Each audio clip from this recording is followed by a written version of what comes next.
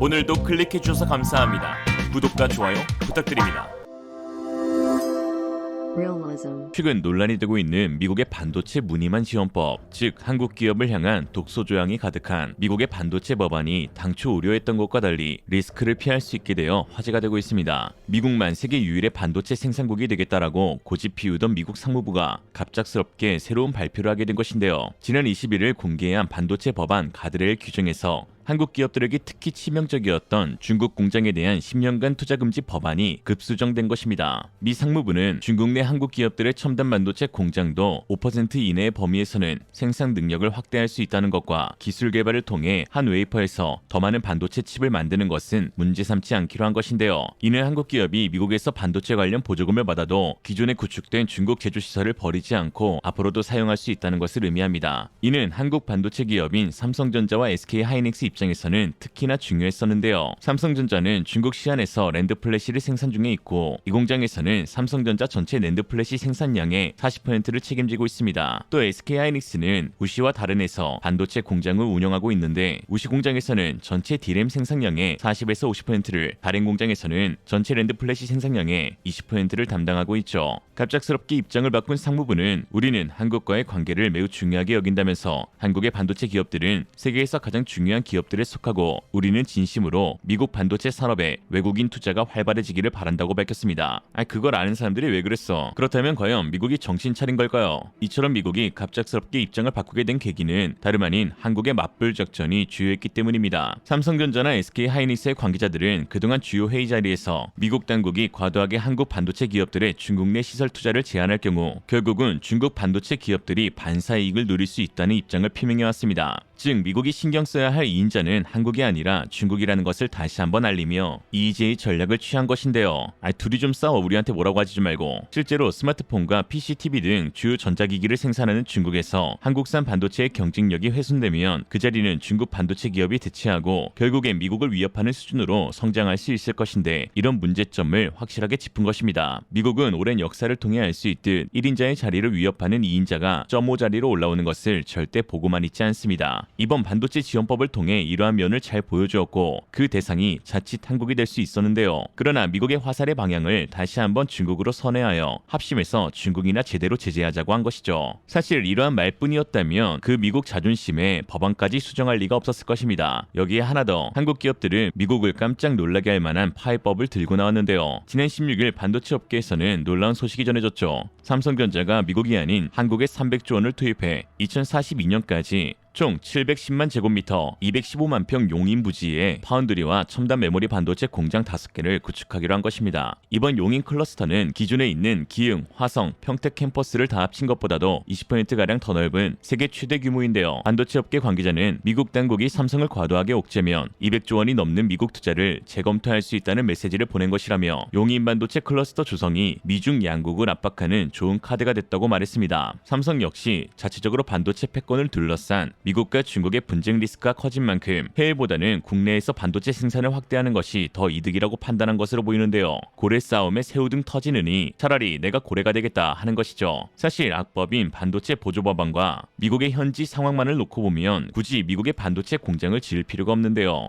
삼성전자는 테일러 반도체 공장 신설에 모두 170억 달러, 약 22조 5천억 원을 투자하겠다는 계획을 세웠지만 인플레이션 영향으로 계획보다 80억 달러가 넘게 늘어난 250억 달러, 약 32조 7천억 원으로 확대되었습니다. 로이터는 지난 15일 건설 비용이 전체 비용 상승의 80%를 차지할 것이라면서 미국 정부가 반도체 지원법을 마련했지만 기업이 받을 수 있는 지원금 규모는 비용 상승분과 비교해 매우 제한적이라고 평가했죠. 삼성전자는 미국과 중국뿐만 아니라 유럽, 인도, 동남아시아에서도 반도체 공장 유치 제한을 받았지만 또 역시나 해외의 반도체 공장을 확대하게 되면 첨단 반도체 기술 유출 등 위험 요인이 커질 수 있다는 점을 생각하지 않을 수 없었습니다. 동맹국인 미국조차도 반도체 보조금을 받으려면 내부 정보를 공개해야 한다고 하는 마당에 제3의 나라를 고려하는 것도 쉽지 않은 것이 사실이죠. 반면 국내의 반도체 공장을 확대하게 된다면 이러한 문제들을 한방에 말끔히 해결할 수 있습니다. 특히 반도체 클러스터가 조성될 용인은 삼성전자 반도체 연구개발센터와 10분 거리에 위치하여 향후 연구개발 시너지도 기대할 수 있을 뿐만 아니라 또 기존 150개 이상의 국내외 소재 부품 장비 기업, 판교의 팹리스 등과 연계해 협력할 수 있고 우수 인재를 유치하는 데도 도움을 줄 수 있습니다. 기흥, 화성, 평택단지에 이어 용인까지 반도체 사각 편대를 통해 메모리 반도체뿐만 아니라 시스템 반도체 부분의 경쟁력을 동시에 제고할 수 있는 세계 최고의 반도체 개발 생산 유통의 바이펙스 팩토리가 구축된 것이죠. 특히 눈에 띄는 부분이 그동안 한국 반도체 공장에는 주로 상용화된 저가형 메모리가 주를 이루었다며 이번 300조가 투입되는 반도체 클러스터는 TSMC와 경쟁하고 있는 시스템 반도체 파운드리, 인텔과 경쟁하고 있는 HBM, AI 메모리 반도체의 1위를 위한 전초기지가 된다는 것입니다. 삼성전자는 시스템 반도체로 분류되는 파운드리에서는 TSMC에 밀려 2위에 머물러 있는데요. 2022년 4분기 기준 삼성전자의 파운드리 시장 점유율은 15.8%로 58.5%의 TSMC와 비교해 3분의 1도 미치지 못합니다. 여기에 5나노 이하로 들어가면 격차는 더 심해지는데 TSMC 등 대만 반도체 기업들은 세계 최첨단 반도체 제조 능력의 90% 이상을 보유하고 있습니다. 괜히 대만이 반도체 원툴 국가로 불리는 게 아니죠. 하지만 용인 반도체 클러스터는 첨단 파운드리 설비를 중심으로 구축되는 만큼 TSMC와 격차를 좁힐 수 있을 것으로 보이는데 용인 반도체 클러스터 구축만으로 한국의 첨단 반도체 생산 능력은 45% 이상 확대될 것으로 전망됩니다. 딱 TSMC와의 격차 정도죠. 미국 매체들도 다소 놀랍다는 반응을 보이고 있는데요. CNBC는 메모리 반도체로 유명한 삼성전자가 이제 파운드리 사업을 강화하고 있다며 이번 자국 투자가 TSMC를 따라잡는 데 도움이 될 수 있을 것이라고 보도했고, 로이터는 미국이 자국의 칩 산업을 강화하려는 조치를 도입하고 있는 가운데 삼성전자와 SK하이닉스 등 세계 양대 메모리 칩 제조사는 본고장인 한국의 대규모 투자를 통해 대만이 주도하고 있는 비메모리 반도체의 주역으로 도약하려 한다고 전했습니다. 미국 매체들은 연일 바이든이 무리한 정책을 시행했다고 비판하고 있기도 하고요. 업계는 이번 투자 300조 원의 생산 유발 효과, 400조 원을 더해 700조 원의 직간접 생산 유발 효과가 나타날 것으로 기대하고 있는데요.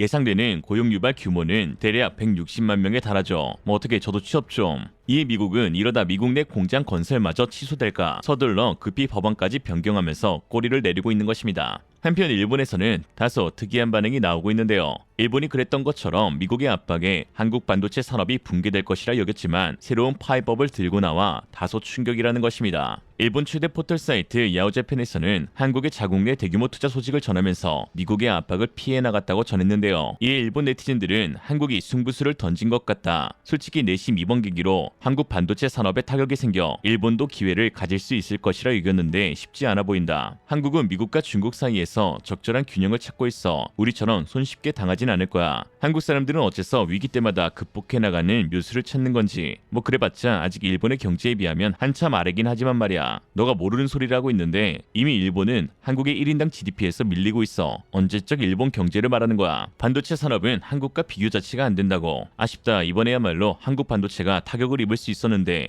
라는 반응입니다. 일본이 이런 반응을 보이는 것은 어찌 보면 당연한 것인데요. 1980년대 반도체 전자산업을 중심으로 세계 경제를 휩쓸었던 일본은 미국에 의해 철저하게 경제가 붕괴되었던 전례가 있었기 때문입니다. 2차 대전이 끝난 1945년 이후 미국의 동아시아 핵심 전략은 일본으로 하여금 미국 대리인 구실을 하게 만들자는 것이었습니다. 여기에 1950년에 터진 한국전쟁 특수로 수혜를 입은 일본은 덕분에 산업 경쟁력이 크게 강화되었죠. 이를 계기로 제조업 강국으로 탈바꿈하게 되어 카메라, 오디오, TV 등을 앞세우며 세계 시장을 장악하기 시작했고 1980년대 반도체 산업의 부흥으로 세계 경제를 결국 휘어잡았습니다. 1980년대 중후반 세계 10대 기업들을 살펴보면 10위 안에 무려 8개가 일본 기업으로 세계 50대 기업으로 확대해도 3분의 2가 일본 기업들이었죠. 그러자 미국 정부는 자국 반도체 기업들을 보호하기 위해 일본을 본격적으로 압박하기 시작했는데요. 특히 1988년 슈퍼 301조로 불리는 초법적인 무역법을 제정해 일본 기업들을 전방위로 압박했습니다. 그러면서 내세운 타이틀이 자유롭지만 공정하기도 한 무역, 곧 보호무역주의를 택한 것이죠. 오늘날 미국의 자국 우선주의와 비슷하다고 할 수 있습니다. 미국이 각 잡고 누구 하나 패면 사실 정신 차릴 수 있는 국가는 없는데요. 미 정부는 일본이 자국 반도체 기업 보조금 수억 달러를 줬다며 반덤핑 혐의로 조사에 나서고 동시에 미국 기업들은 특허 침해를 빌미로 일본 기업들을 공격했습니다. 이 세계 최대 반도체 생산국이던 일본은 하루아침에 쇠락의 길로 접어들게 되었죠. TMI를 하자면 공교롭게도 같은 해 삼성 이병철 회장은 반도체 사업 시작을 선포했다는 거. 어찌됐든 너덜너덜해진 일본은 1986년 미국과 미일 반도체 협정에 부득불 서명하였고 이에 따라 미국은 일본 반도체에 대해 관세를 100% 높임과 동시에 일본 내 미국산 반도체 점유율을 20%로 끌어올린다는 협정을 맺었습니다. 지금 추진하고 있는 상황과 비슷한 것인데 여기에 위기를 극복하지 못한 일본 기업들은 디램에서 하나둘씩 손을 떼기 시작해 일본 최대 디램 생산업체 엘피다는 2012년 끝내 파산했죠. 반면에 이는 한국 반도체 기업에는 기회 기회로 작용해 한국 반도체 산업이 폭발적으로 성장하는 계기가 되었습니다. 이처럼 늘 미국은 이인자를 용납하지 않았습니다. 경제적 측면에선 더 그렇죠.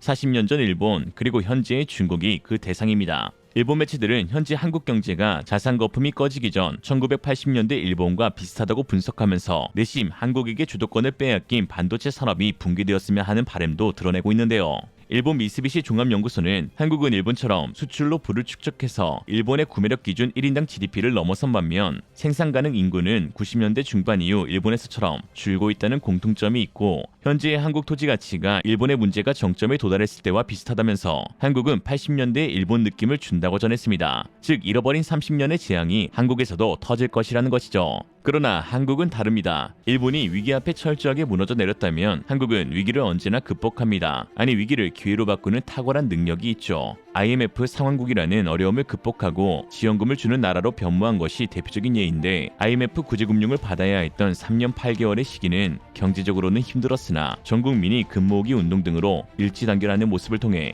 당초 예정보다 3년 가까이 앞당겨 국가 채무를 정리하였고 과거의 무사한 일주의가 타파되는 등 이러한 위기를 기회로 바꾸는 모습은 한국 역사에서 자주 찾아볼 수 있습니다. 돌이켜보면 수십 년간 한국 경제가 어렵지 않았던 해가 있었던가 싶습니다. 매년 최악의 경제 위기라는 말이 늘 따라다녔죠. 그렇지만 대한민국은 어떤 상황에서도 극복해내었습니다. 안팎의 시련과 위기를 이겨낼 수 있었던 건 두려움이 없는 도전 정신을 바탕으로 한 위기 극복의 DNA 덕분이죠. 저도 그렇고 보고 계신 분들도 모두 많은 어려움이 있겠지만 결코 포기하지만 않는다면 분명 긴 터널의 끝은 찾아올 것입니다. 그러니 힘내세요. 영상 마치면서 좋은 말이라 또 한번 써먹고 끝내겠습니다. 오늘의 한주평, 한국은 사람이 인재, 일본은 사람이 문제, 중국은 사람 아니제. 이상으로 리얼리즘이었습니다. 여러분의 생각은 어떠신가요? 현명하고 지혜로운 여러분의 의견을 지금 댓글에 남겨주세요. 감사합니다.